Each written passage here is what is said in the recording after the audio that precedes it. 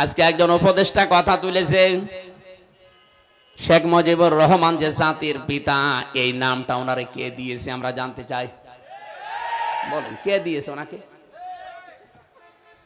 এটাকে আল্লাহ দিয়েছে, রাসূলুল্লাহ দিয়েছে? কে দিয়েছে বলেন তো তার নামটা? বঙ্গবন্ধু এই নামটা তোফায়েল আহমেদ দিয়েছিল, না মেনে নিলাম, উনি বাংলার বন্ধু ছিলেন, ঠিক আছে। কিন্তু জাতির পিতা এই শব্দটা আল্লাহর বানানো। মিল্লাতা আবিকুম ইব্রাহিম, তোমাদের জাতির পিতা ইব্রাহিম। এই আয়াতটা আমি বানালাম, সূরা হজের ৭৮ নম্বর আয়াতের মাঝের অংশে আছে। আল্লাহ বলেন তোমাদের জাতির পিতা ইব্রাহিম, হুয়া সাম্মাকুমুল মুসলিমিন, তিনি তোমাদের নাম মুসলমান রেখেছেন।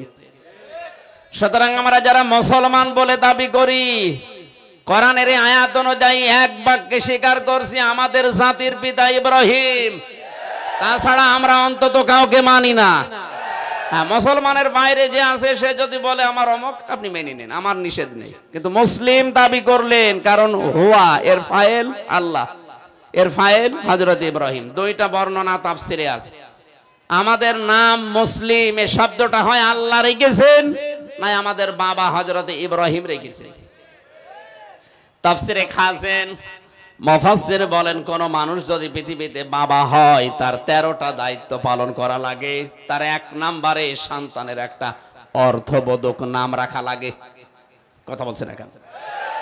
আমাদের যিনি জাতির পিতা, আমাদের বাবা, উনি এমন একটা সুন্দর অর্থবোধক নাম আমাদের দিয়েছেন, মুসলিম, আত্মসমর্পণকারী। আমরা অনেক বাবা এখানে বসে আছি, এমন এমন নাম সন্তানের ছেলে মেয়ের রাখি, শয়তানও হাসে যে নাম। একজনের নাম শুনেছিলাম ফ্যান চাটা। লোকটা গরিব মানুষ ছিল, ওই জন্য মানুষ ওই নামে ডাকতো। এখন বিভিন্ন কায়দায় দরবেশের মতো মারিং কাটিং করে বড় লোক হয়ে গেছে। চিন্তা করছে আমি এত ধনী মানুষ আর আমার নাম ফ্যান চাটা, এ নাম আমি পাল্টাবো। এলাকার মেম্বার চেয়ারম্যান যারা আছে তাদেরকে ডাক দিয়েছে, জনগণকে জবাই করে, গরু জবাই করে খাওয়াচ্ছে, যাকে নাম পাল্টাবো। চেয়ারম্যান সাহেব মাইক নিয়ে বলছে, ভাইরা আমার, বোনেরা আমার, এই লোকটা এতদিন গরিব ছিল, নাম ছিল ফ্যানসাটা, কিন্তু এখন এর সম্মান আছে, ধনী মানুষ এলাকায়। আমি এই হিসাবে এনার নাম আজকে পরিবর্তন করে দিলাম, এনার নাম হবে মধু চাটা। লোকজন ডাক দিয়ে বলে, ভাইরা আমার, বোনেরা আমার, আপনারা আমার গরু ছাগলও খেলেন, আমার নামেরও পরিবর্তন করে দিলেন, কিন্তু নাম থেকে চাটা আর গেল না। আগে ছিলাম ফ্যান চাটা, এখন হলো মধু চাটা।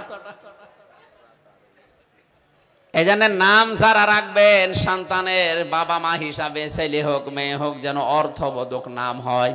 না বুঝে যদি কোনো নাম উল্টা পাল্টা রেখে রাখেন, বড় হলে পাল্টিয়ে দেবেন। আমার নামও আমার সেই ছোটবেলায় রেখেছিল রানা, পরবর্তীতে মাদ্রাসায় যাওয়ার পরে প্রিন্সিপাল সাহেব পাল্টিয়ে দিয়েছে আমির হামজা। নামটা ভালো না?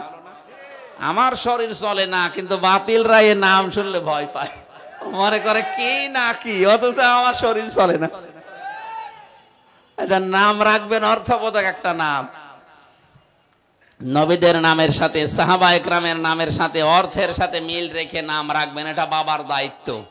আমরা দেখতে পেলাম এই দেশে বাবার এই দায়িত্বটা যারা পালন করেছে, যেহেতু আমরা ৯৬% মুসলমান, চাপ যেই কমে গেছে, সঙ্গে সঙ্গে বিভিন্ন জায়গা থেকে বানানো পিতা বাদ দিয়ে আসল পিতার নাম লিখে দিয়েছে।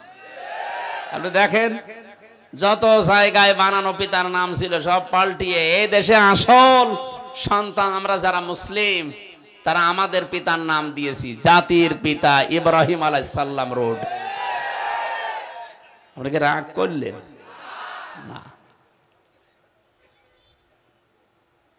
বিশ্বনবী মুহাম্মদুর রাসূলুল্লাহর উপরে দরুদ পড়তে হবে, জিকির করতে হবে আল্লাহর নামে। সুতরাং এতদিন যারা ভ্রান্ত পথে ছিলেন, জেনে হোক না জেনে হোক, এখন থেকে আপনি থেমে যাবেন, জিকির করবেন।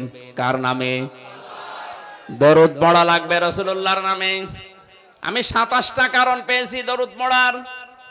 এক নম্বরে বিশ্ব নবীর উপরের দরুদ পড়তে হবে। এই কারণে পৃথিবীতে হে নেতা এই শব্দটা বলে আল্লাহ ডাক দিয়েছেন আমাদের রাসূলকে। রব্বুল আলামিন বলেন ইয়াসিন, হে নেতা। এটা তাফসিরে কাবিরের ভেতরে আছে। আল্লামা ফখরুদ্দিন রাজি রহমতুল্লাহ আলাইহি লিখেছেন, ইয়া মানে হে, সিন মানে সাজ্জেদ। সাইয়েদের 5টা অর্থ দিয়েছেন তিনি। সাজ্জেদ মাতে বাংলায় নেতা। এই যে কিছুক্ষণ আগে আমি বললাম না, আল্লাহুম্মা সাল্লি আলা সাজ্জিদিনা, কথা বলিনি আমরা? হে আল্লাহ তুমি রহমত নাজিল করো আলা মুহাম্মদ, মুহাম্মদের উপরে। আকস্মিক ভাবে যেন আল্লাহ আমাদেরকে অজানা প্রশ্ন করছেন, এই মাদারীপুরের মানুষেরা, এটাকের হাটের মানুষেরা, দাঁড়া, তোরা যে শান্তি বর্ষণ করার জন্য সবাই মিলে এক বাক্যে দোয়া করলি আল্লাহুম্মা সাল্লি আলা মুহাম্মদ, যে মুহাম্মদের উপর আমি শান্তি নাজিল করব। কে এই লোকটাকে? আমরা এক বাক্যে সবাই জবাব দিয়েছি, তিনি সাধারণ মানুষ না, সাজ্জিদিনা, তিনি আমাদের সবার নেতা। সুবহানাল্লাহ বলতে পারেন নাই? এখানে যেমন স্বীকার করলেন, জন্ম থেকে মৃত্যু পর্যন্ত এটা স্বীকৃতি দেওয়া লাগবে যে আমাদের নেতা মুহাম্মদ। কথা বলেন না কেন? নেতা হওয়ার জন্য কিছু কোয়ালিটি লাগে, আন্দাজে নেতা হওয়া যায় না। এদেশে তো যারে তারে আমরা নেতৃত্বের ভার দিয়েছি, যারে তারে নেতা বানিয়ে দিয়েছি না। আমি কোরআন থেকে হাদিস থেকে ব্যাখ্যা বলছি, কোন মানুষ যদি নেতা হতে চায় 5টা কোয়ালিটি মাস্ট বি লাগবেই। আর 5টা বিষয় তাকে দুনিয়ায় ছেড়ে দেওয়া লাগবে। দেখেন তো বাংলাদেশি আয়াতগুলো মেলে কিনা। নেতা হওয়ার 1 নাম্বার কোয়ালিটি কোরআনে কারিমের সূরা বাকারা 247 নাম্বার আয়াতের শেষের দিকে আছে। এটা 2 নাম্বার পারা 19 নাম্বার পৃষ্ঠার 14 নাম্বার লাইনে আছে। ক্বালা ইন্নাল্লাহা আসতাফাহু আলাইকুম ওয়া যাদাহু বাসতাতান ফিল ইলমি ওয়াল জিসম ইলা আখির আয়া। রব্বুল আলামিন বলেন, তোমাদের নেতৃত্ব দেবে তো তারা যেই মানুষগুলোকে আমি আল্লাহ প্রশস্ত জ্ঞান দিয়েছি এবং শক্তিশালী শরীর দিয়েছি, শক্তির অধিকারী যারা। আয়াত প্রমাণ করে নেতৃত্ব দিতে হলে জাতির আপনাকে জ্ঞানের অধিকারী হওয়া লাগবে। কথা বলে না কেন? 2 নম্বরে শারীরিকভাবে শক্তিশালী হওয়া লাগবে আপনাকে। আজ তাকান তো এই দেশের দিকে, যারা নেতৃত্ব দিত এখন দিচ্ছে। প্রশ্ন আসতে পারে, যারা এখনো নেতৃত্ব দেয় এদের জ্ঞানের বহর কতটুকু আপনি টের পাচ্ছেন না?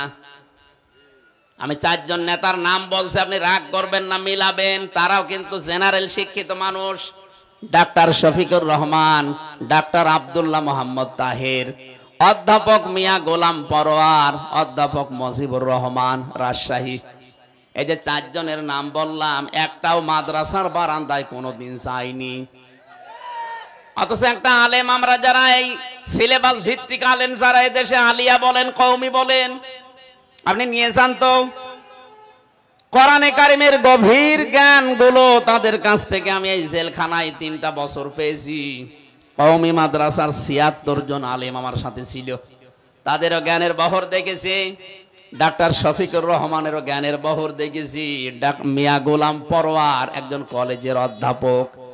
অথচ কোরআনে কারিমের এত গভীর জ্ঞান লাগে লোকটা, এত তথ্য বের করতে পারে।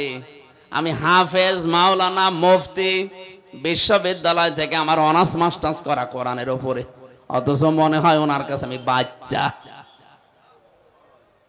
আপনি বলেন যে জেনারেল শিক্ষিত হলে জ্ঞান পাওয়া যায় না, তো এরা জ্ঞান কি আকাশ থেকে পেয়েছে নাকি? এদের জ্ঞান অর্জন করা লাগে নাই। নেতৃত্বের কোয়ালিটি প্রথম আপনাকে জ্ঞানী হওয়া লাগবে 2 বিষয়ে, হয় দুনিয়া এবং আখিরাত। আর 2টা সমান তালেই তাদেরকে আপনি দেখেন প্রত্যেকটা বিষয়ে। ডাক্তার শফিকুর রহমান একজন সার্জন, উনি অপারেশন করে।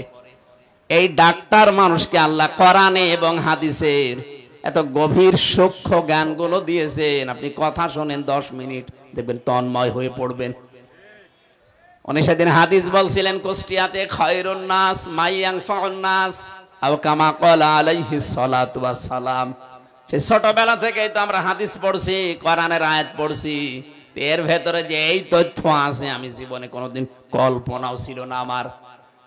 মানে ব্যাখ্যা করলেন খায়রুন নাস, পৃথিবীতে সবচাইতে ভালো মানুষ আল্লাহর কাছে, রাসূলের কাছে ওই লোকটা মাই ইয়ানফাউন নাস। ইয়ানফাউ মুজারে বর্তমান, ভবিষ্যৎ, প্রেজেন্ট, ফিউচার। নবীজি কিন্তু মাই ইয়ানফাউল মুসলিমুনা দেয়নি, যে মুসলমানের যারা উপকার করে তারা উত্তম মানুষ। তিনি দিয়েছেন মাই ইয়ানফাউন নাস, মানুষ হয়ে যারা মানুষের উপকার করে, কল্যাণ সাধন করে, মানুষের উপকারের জন্য যারা চেষ্টা চালায় এবং যারা চালাবে ভবিষ্যতেও, এই মানুষগুলো আল্লাহর কাছে, রাসূলের কাছে উত্তম মানুষ। কোনদিন আমি কল্পনা করি না যে এখানে আল্লাহর নবী কেন মুসলিমনা দিল না। নাস শব্দ দিয়ে নবীজি এত বড় বিশাল মনের পরিচয় দিয়েছেন, কিয়ামত পর্যন্ত এই খায়রুন নাস, মাই ইয়ানফাউন নাস নিয়ে মানুষ চিন্তা ভাবনা করবে, কোল কিনারা পাবে না। এই জন্যই দেখতে পাচ্ছেন না, স্বাধীন হওয়ার পর থেকে ডাক্তার শফিকুর রহমানের কাছে কিন্তু হিন্দু, মুসলমান, বৌদ্ধ, খ্রিস্টান নেই, মানুষ হলেই ছুটি যাচ্ছেন। এই কথা বলছেন না কেন? জনাব তারেক রহমানের দিকেও আমি তাকিয়েছি।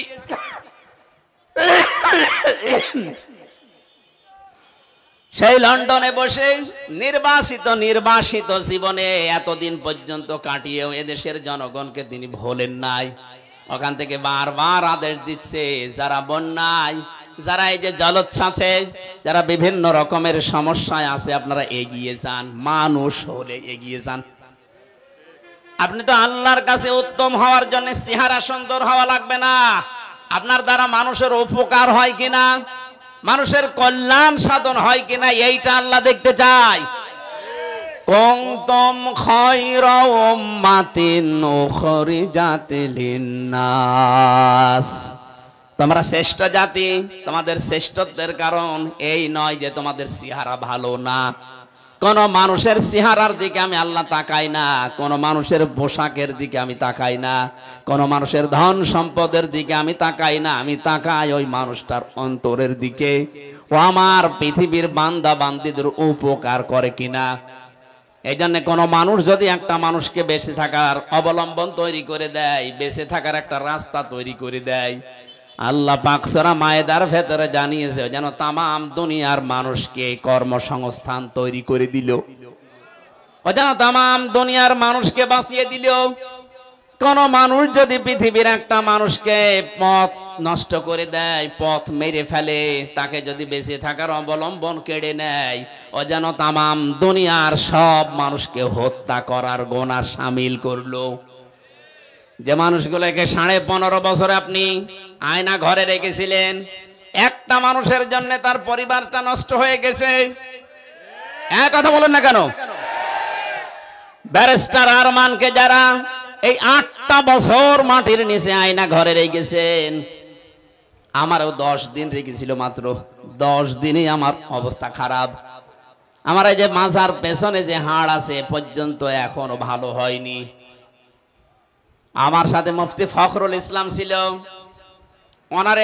উনি আমারে নিজেই বলছিল, ভাই আয়না ঘরে আমার এই যে হাঁটুর ভেতর দিয়ে হাত লাগিয়েছে, ভেতরে হাত পরার পরে সামনে যে লোহার বেড়ি দেওয়া থাকে, এর সাথে হাত দিয়ে হ্যান্ডকাপ লাগিয়েছে। 2-5 ঘন্টা 10 ঘন্টা পরে খুলে দেবে না, মাসের পরে মাস এভাবে আমার একাধারে আটকিয়ে রেখেছে। দোষ আমার এতটুকু, আমি ইন্ডিয়ার বিরুদ্ধে একটু কথা বলেছিলাম, এই কয়েকটা চুক্তি করেছিল অবৈধ চুক্তির বিরুদ্ধে আমি একটু কথা বলেছি, এই আমার অপরাধ।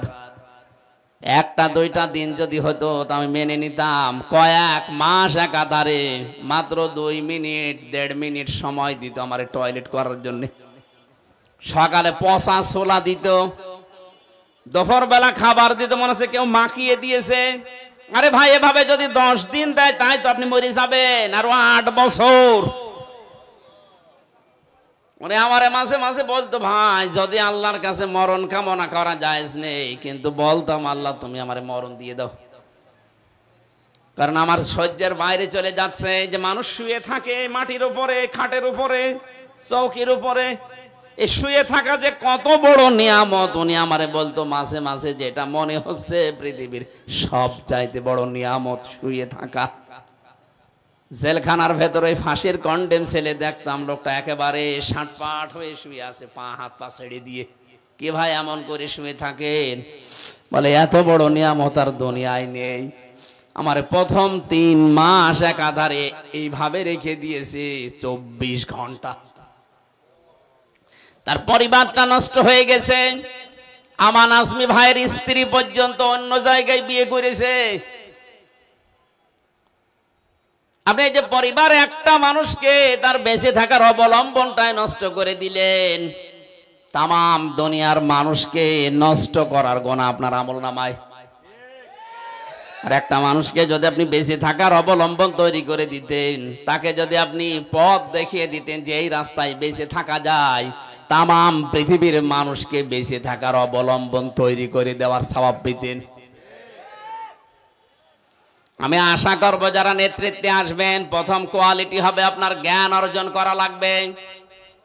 আমি নাম ধরেই বলছি কারণ আমি পরীক্ষিত। এই বাংলাদেশে কেউ যদি জ্ঞান অর্জনের মাধ্যমে নেতৃত্বের গুণাবলী অর্জন করতে চান, আপনি ছোটবেলা থেকে যদি কোনো স্কুল, কলেজ, বিশ্ববিদ্যালয়ে না পড়ে থাকেন, বাংলাদেশ জামাত ইসলামী একটা টাটকা নির্ভেজাল বিশ্ববিদ্যালয়। আপনি এখানে শুরু করেন, দেখেন রকন পর্যন্ত হতে হলে মনে করবেন আমি ভার্সিটি শেষ করে আসলাম। আপনাকে আমি আহ্বান জানাচ্ছি, একটু এসে দেখেন। ভার্সিটি পড়েননি জীবনে, কি করে ভার্সিটি পড়া লাগে? এটা একটা জিন্দা ভার্সিটি। এখানে পড়ে দেখেন, আপনাকে ডক্টরেট ডিগ্রি দিয়ে দেবে যদি শেষ পর্যন্ত যেতে পারেন।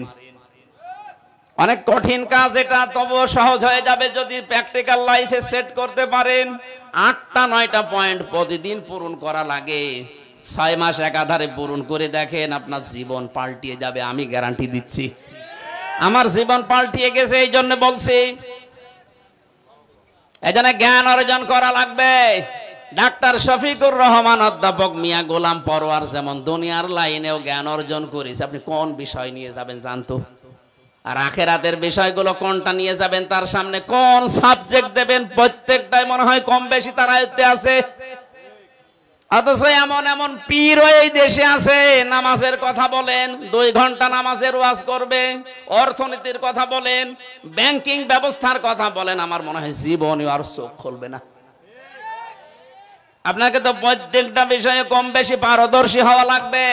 আপনি নেতা হতে চান, হবে না। নেতৃত্বের প্রথম গুণ জ্ঞান অর্জন করা লাগবে। এটা আমি বানালাম। আমি কিন্তু আয়াত নাম্বার বলে দিয়েছি, সূরা বাকারা 247 নম্বর আয়াত, মাঝের অংশে আছে। 2 পারা 19 পৃষ্ঠা 13 না 14 নাম্বার লাইনে আছে। যে কোনো তাফসির দেখতে পারেন বাংলাদেশ। 2 নাম্বারটা বললে আবার রাগ করবেন না তো?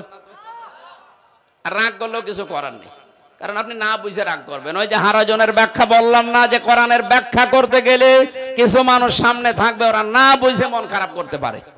এজন্য বোঝা যদি আপনার হয়ে যায় যে আপনি বুঝতে পেরেছেন, তখন আর মন খারাপ হবে না, তখন আপনি দোয়া করবেন। দ্বিতীয় নম্বরে কোরআনে কারীম জানিয়েছে, যারা সীমা লঙ্ঘন করে, যে মানুষগুলো দুনিয়ায় ফাসাদ সৃষ্টি করে, তাদের আনুগত্য করা যাবে না, তাদের নেতৃত্ব মানা যাবে না। এটা সূরা শুআরা 19 নাম্বার পারা 12 নাম্বার পৃষ্ঠার 5 নাম্বার লাইনের 151 152 নাম্বার আয়াত, তাফসিরে ফি জিলালিল কোরআনে আছে। ওয়ালা তুতিউ আমরাল মুসরিফিন আল্লাযীনা ইউফসিদুনা ফিল আরদি ওয়ালা ইউসলিহুন। আল্লাহ বলেন, অনুসরণ করা যাবে না, তাদের নেতৃত্ব মানা যাবে না, যারা সীমা লঙ্ঘন করে, যারা ইসরাফ করে, দুনিয়ায় যারা ফাসাদ সৃষ্টি করে, শান্তি তৈরি করার জন্য, সংশোধনের জন্য যাদের কোনো চেষ্টা নেই, এ মানুষের অনুসরণ করবা না। তাহলে যে মানুষগুলো দেশে সীমা লঙ্ঘন করেছিল, বিচার ব্যবস্থায়, শিক্ষা ব্যবস্থায়, এই কথা বলছেন এখন, সীমা লঙ্ঘন করেছে, আপনি কোথায়? এমন কোন জায়গায় এই দেশে ছিল না। আপনি তাকান, কেন্দ্রীয় মসজিদের ইমাম পর্যন্ত পালিয়ে গেছে। একটা জাতি কত নিচে নামলে জাতীয় মসজিদের ইমাম পালিয়ে যায়। এসেছিল কয়েকদিন আগে জোর করে দখল করার জন্য, জনগণ জুতা দিয়ে পিটিয়েছে। লজ্জা শরম যে কিচ্ছু নেই, পরের দিন স্ট্যাটাস দিয়েছে জনগণ আমার জুতা মেরেছে কিন্তু একটা আমার লাগেনি। কত বড় শয়তান মানুষ। বাবা তো ভালো ছিল, এইরকম কাল পেটা আসলো কোন জায়গা থেকে, জনগণ জুতা মেরেছে কিন্তু আমার জুতা লাগেনি। লাগলে আপনার ভালো লাগতো? এখানে ফাসাদ শব্দের ব্যাখ্যায় মুফাসসির বলেন ফাসাদ মানে মানুষের তৈরি করা নিয়ম নীতি। দুনিয়ায় যারা মানুষের তৈরি করা নিয়ম নীতি কায়েম করতে চায় এদের অনুসরণ করা, আনুগত্য করা যাবে না। আমার মনে হয় বানিয়ে বানিয়ে বলছি। 3 নম্বরে অনুসরণ করা যাবে না তাদের, যে মানুষগুলো আল্লাহর জিকির থেকে গাফেল আর যারা মন মতো কাজ করে। এটা সূরা কাহাফ 16 নম্বর পারা, এটা 15 নম্বর পৃষ্ঠার 12 নম্বর লাইনের 28 নম্বর আয়াতের শেষের দিকে আছে, অলা তুতিউ মান আগফালনা কলবাহু আন যিকিরিনা ওয়াত্তাবা হাওয়াহু ওয়া কানা আমরুহু ফুরতা। তাদের অনুসরণ করা যাবে না যারা আমি আল্লাহর জিকির থেকে গাফেল হয়ে গেছে। আমার স্মরণ যাদের মনে থাকে না, আমার স্মরণ যাদের কলবে নেই, আর যারা মন মতো কাজ করে, আপনি মিলাবেন এই দেশে আমার মনে হয় মিলে যাবে। 4 নম্বরে তাদের অনুসরণ করা যাবে না। কোনো মানুষ যদি মহিলা হওয়ার পরে নেতৃত্ব দেয় তাহলে মেয়েদের নেতৃত্ব মানা যাবে না। এটা সূরা নিসা 5 নাম্বার পারার 2 নাম্বার পৃষ্ঠার 11 নাম্বার লাইনের 34 নাম্বার আয়াতের প্রথম অংশে আছে, আর রিজালু কাওয়ামুনা আলান নিসা। আল্লাহ বলেন পুরুষরা হবে অভিভাবক, নেতৃত্ব দেবে পুরুষ, মহিলারা হবে তার আজ্ঞাবহক। সুতরাং কোন মহিলা যদি নেতৃত্বের ভার গ্রহণ করে, নবীজি বলেন লাইয়ুফলিহা কওমুন, ওই জাতি কখনো সফলতা অর্জন করতে পারে না যে জাতির নেতৃত্বে কোনো মহিলা বসে আছে। আমরা চাই সামনে কোনো মহিলা যেন না আসে, যারা আসবে তারা যেন পুরুষ হয়। আবার পুরুষ যদি হয় একেবারে সেই চাচা এরশাদের মতো, তাহলে সমস্যা। কথা বলেন না কেন? এরকম পুরুষ লাগবে না। আর ওনার যে দায়িত্বে ছিল, ওনার স্ত্রীও তো আর এক কি আল্লাহ বানিয়েছে আল্লাহ জানে আর ও জানে। কোন দিক থেকে আমি তাকে পাইনি ঠিক মতো, কি বলতো না বলতো উনি জানে আর ওনার আল্লাহ জানে। এই জন্য আমরা চাই কোরআনের নির্দেশ, নেতৃত্ব দিতে হলে যে কোয়ালিটি লাগে মেয়েদের এটা নেই, এটা আছে পুরুষের। মেয়েদেরকে আল্লাহ বানিয়েছেন ঘরের পরিবেশের জন্য। হ্যাঁ, ওরা বাইরে আসতে পারবে, বাইরের কাজকর্ম করতে পারবে, সব জায়গায় ওদের উপস্থিতি আছে, কিন্তু পর্দা সহকারে। এটা যদি ইসলামী রাষ্ট্র হয়ে যায়, ঠিক এইটা 100% আপনি কায়েম দেখতে পাবেন। কোরআনে কারীম জানিয়েছে ওয়াকরনা ফি বুয়ুতিকুন্না ওয়ালা তাবাররাজনা তাবাররুজাল জাহিলিয়াতিল উলা। রব্বুল আলামিন বলেন, এই মেয়েরা ঘরের পরিবেশে থাকবা, বাইরে যখন বের হবা জাহিলি যুগের মেয়েদের মতো রূপ সৌন্দর্য প্রদর্শন করে বের হবা না। তাবাররুজের অর্থ তাফসিরে খাজেন মুফাসসির 3টা দিয়েছেন। কোন মহিলার ভেতরে যদি একটাও পাওয়া যায়, ও জান্নাত দূরের কথা জান্নাতের ঘ্রাণও পাবে না। 1 নম্বরে মেয়েরা যখন রাস্তাঘাটে আসে তখন ওদের সাজগোজ বেড়ে যায়। এরকম মহিলা দেশে নেই। সম্মানিতা মা বোনেরা, আপনি সাজবেন, আপনার সাজ শুধুমাত্র আপনার স্বামীর জন্য। স্বামী বাদে যদি কোনো পুরুষের জন্য আপনি সাজগোজ করেন, তাহলে কিয়ামতের দায়ুস হয়ে ওঠা লাগবে। আপনি যতক্ষণ বাইরে থাকবেন আপনার কবিরা গুনাহ লেখা হতেই থাকবে। আশা করছি মুসলিম মেয়েরা ইশারা দিলাম বুঝে ফেলবে। তাবারুজের দ্বিতীয় অর্থ, মেয়েরা যখন রাস্তাঘাটে আসে তখন ওদের পোশাক হয়ে যায় 8-60। 4 পিস ছিল বাংলাদেশে, ওখান থেকে 3 পিসে, এরপরে 2 পিসে, এখন চলছে 1 পিস। আমার মনে হয় যে কায়দায় আমরা ডিজিটাল হওয়া আরম্ভ করেছিলাম, কিছুদিন পরে দেখতে নেই পিস। কথা বলেন না কেন? আমরা চাই মেয়েদের এই যে চশমা জামা পরে, এটা জায়েজ নেই। মেয়েদের পোশাক হবে ঢিলা ঢালা। কথা বলেন না কেন? অন্তত অন্য কেউ যদি নাও মানে, আমরা যারা মুসলিম, আমাদের জাতির পিতা ইব্রাহিম তার সন্তান হিসাবে অন্তত মেয়েকে, বউকে, বোনকে, মাকে ঢিলা ঢালা পোশাক বানিয়ে দেবেন। নামাজ পড়ার জন্য সর্বোত্তম পোশাক হচ্ছে সালোয়ার কামিজ। শাড়ি পরে নামাজ হয়, কিন্তু যদি চুল বের হয়ে যায় সেজদা দিতে গেলে আপনার নামাজ বাতিল হয়ে যাবে। এজন্য আমাদের মাদের, বউদের, মেয়েদের আমরা এমন পোশাক বানিয়ে দেই, আমার মনে হয় সালোয়ার কামিজে খরচও কম। কথা বলেন না কেন?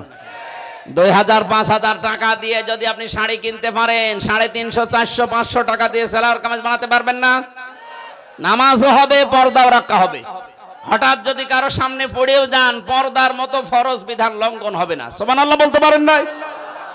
আশা করছি আমরা যারা শুনলাম, এটা যেন স্বামীকে বলি, ভাইকে বলি, বাবাকে বলি যে আমার সালোয়ার কামিজ বানিয়ে দাও। উল্টা পাল্টা পোশাক আমার দরকার নেই, পোশাকে আমার জাহান্নামে নিয়ে যাবে। 3 নম্বরে, মেয়েরা যখন রাস্তাঘাটে আসে তখন ওদের মাজা ওরা হেলে দুলে চলে, এটা এটাকের হাট এলাকায় নেই। এই যে তাবারুজের যে 3টা অর্থ বললাম, একটাও যদি কারো ভেতরে পান, ওরা জান্নাত দূরের কথা, জান্নাতের ঘ্রাণও আর পাবে না। আল্লাহ তুমি আমাদের মেয়েদের, মাদের, বোনদেরকে এই 3টা বিষয় থেকে দূরে থাকার তৌফিক দাও, বলেন আমিন। নেতা হওয়ার 4 নাম্বার, 5 নাম্বার কোয়ালিটি কি? এটা বললে আবার ঝামেলায় পড়ে যাব। এখন তো ঝামেলা নেই। সূরা বাকারা 1ম নাম্বার পারা 18 নাম্বার পৃষ্ঠার 4 নাম্বার লাইনের 124 নাম্বার আয়াত। এটা তাফসিরে ইবনে কাসিরে আছে। ওয়াইযিবতালা ইব্রাহিমা রাব্বুহু বিকালিমাতিন ফাআতাম্মাহুন্না। আমি এই আয়াতটার ব্যাখ্যা করেছিলাম গত বছর, মনে হয় এই জায়গায়, এখানে না কোন জায়গায় এসেছিলাম না? আমাদের জাতির পিতা যিনি, তাকে আল্লাহ 50টা পরীক্ষা করেছিলেন দুনিয়ায়। আল্লাহ বলেন প্রতিটি পরীক্ষায় হযরতে ইব্রাহিম ফার্স্ট ক্লাস ফার্স্ট হয়েছেন। ফাতাম্মাহুন্না, প্রতিটি তিনি পরিপূর্ণ করে দেখিয়েছেন। ওই 50টা পরীক্ষার উপরে গত বছরের আমার আলোচনা ছিল। হয়তো কয়েকটা পয়েন্ট বলার পরে আমার গলা পারেনি, এই জন্য বলিনি। আল্লাহ বলেন 50টা পরীক্ষার সর্বশেষ পরীক্ষায় যখন তিনি উত্তীর্ণ হয়ে গেলেন, আমি তখন তাকে ঘোষণা দিয়েছি, ক্বালা ইন্নী জাইলুকা লিন্নাসি ইমামা। হে ইব্রাহিম, আমি তোমাকে মানব জাতির জন্য নেতা বানিয়ে দিলাম। হযরত ইব্রাহিম প্রশ্ন করেছিলেন, ক্বালা ওয়া মিন যুররিয়াতি, হে আল্লাহ, যে নেতৃত্ব দেওয়ার গুণাবলী, নেতা হওয়া, এটা কি শুধু আমি নিজেই পেলাম, নাকি আমার সন্তানাদি যারা আসবে দুনিয়ায় কিয়ামত পর্যন্ত এরা পাবে? আল্লাহ সাফ জবাব দিয়েছেন, ক্বালা লা ইয়ানালু আহাদিজ জালিমিন।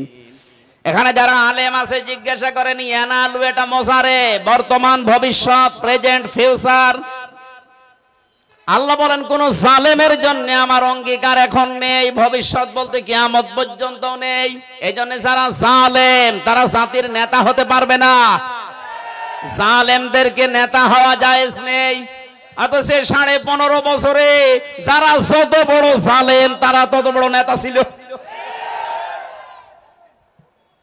নেতা হওয়ার যে 5টা কোয়ালিটি বললাম, 1 নম্বরে জ্ঞান থাকা লাগবে, 2 নম্বরে সীমা লঙ্ঘনকারী হবে না, 3 নম্বরে আল্লাহর জিকির থেকে, স্মরণ থেকে যে গাফেল হবে না, 4 নম্বরে কোনো মহিলা নেতা হতে পারবে না, 5 নম্বরে কোনো জালেম নেতৃত্ব দিতে পারবে না। এই 5টার বাইরে যাদের গুণ আছে আল্লাহ তাদেরকে নেতৃত্বের আসনে যেন বসিয়ে দেন, বলেন আমিন।